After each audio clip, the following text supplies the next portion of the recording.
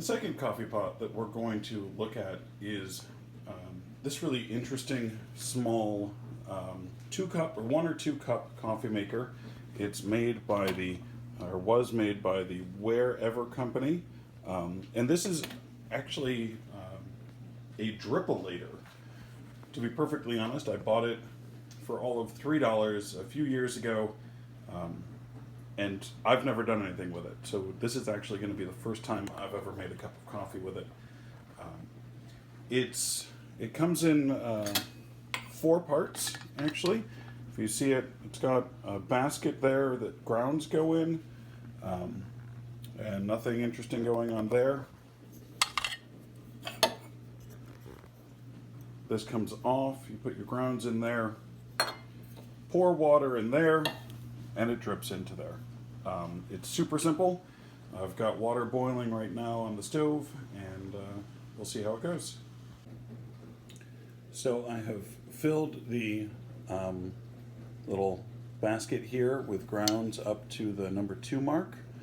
I was going to put in a filter, but I figured it doesn't look like it was made to have a paper filter, so I opted not to put a paper filter in. We may end up with grounds in our coffee.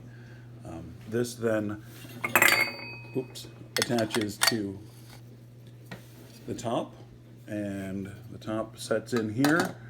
I don't know if you can see it. The top has a number 2 there as well. I will fill that with water that I now understand should be about 195 to 205 degrees. So I will check that, and we will let it do its magic. Okay, we have water that is about 200 degrees. We are going to fill it up to the second cup line. Should be there, and we'll see how it goes. It's got very small holes in the bottom, so it probably will take a while for the water to filter down through.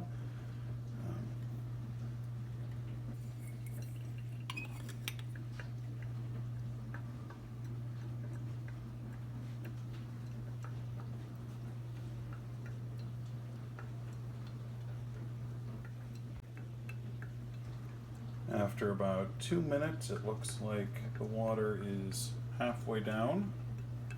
I guess one possible problem with this slow dripping here is that the water is going to get cooler, just to give us something to do while we are waiting for it to brew. Let's see what the water is cooled down to. Oops. Yeah, that's fun to watch. So while it started off fairly hot, it is definitely, because of the conductive nature of the aluminum, it has definitely gotten significantly cooler.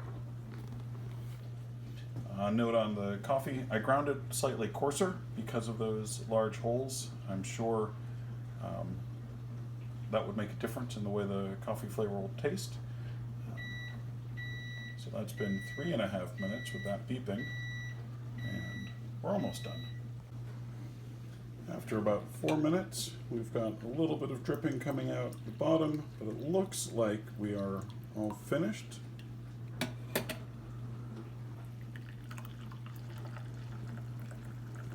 Looks like it made coffee. Very exciting. The coffee that it made seems to be relatively earthy, without any sort of paper filtration. It's got a flavor that's much more like you'll find from a French press. Got a little bit of that particulate flavor that kind of hangs out on your tongue. It's very simple, very easy. Looks like cleanup shouldn't be too bad, although not as easy as just dumping the filter basket into the trash. I gotta say, I am super impressed with the Wherever Drip-O-Lator. If you want, a single or 2 cups of coffee, this may very well be a great choice for you. To be perfectly honest, I'm not sure it's going to be as good a choice as the AeroPress or some of the other ways to make it, but if you find one of these, I paid $3 for this at a thrift store. It's really kind of beautiful, and works well. After sitting with my coffee for a little bit and doing a little bit of research on the Wherever coffee or aluminum company, which traces its roots back to the late 19th century, has some association with Oberlin, Ohio, and was formed near Pittsburgh, and was one of the earliest producers of widely available consumer aluminum products. And I'll post a picture of an advertisement from 1940,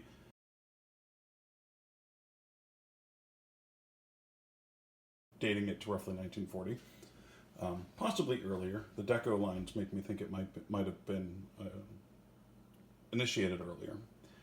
The coffee as a whole was fine. If you swirl around the cup, you can see it's got a decent amount of sediment, which I would have expected from not having any sort of paper filter. That probably can be adjusted somewhat by a coarser ground of coffee. But sadly, as I think we're going to find with almost all of our aluminum cookware, it does have a slight metallic taste. It doesn't have that old coffee funk that you get sometimes. I think perhaps more from stainless steel, but there's definitely a metallic taste to it. The aluminum also is going to mean that the coffee gets cold sooner. I suppose you could keep it on a stovetop. That certainly, the aluminum should work all right for that on low heat, but it's definitely not going to be piping hot for as long as you might want. For the aesthetics and the novelty, it's really neat. I don't think I'm going to make too many pots of coffee with it, but I certainly might pull it out when I'm feeling frisky. So maybe 3 stars out of a total of 5 stars. It's not bad, but most of its joy comes from its novelty and antiquity.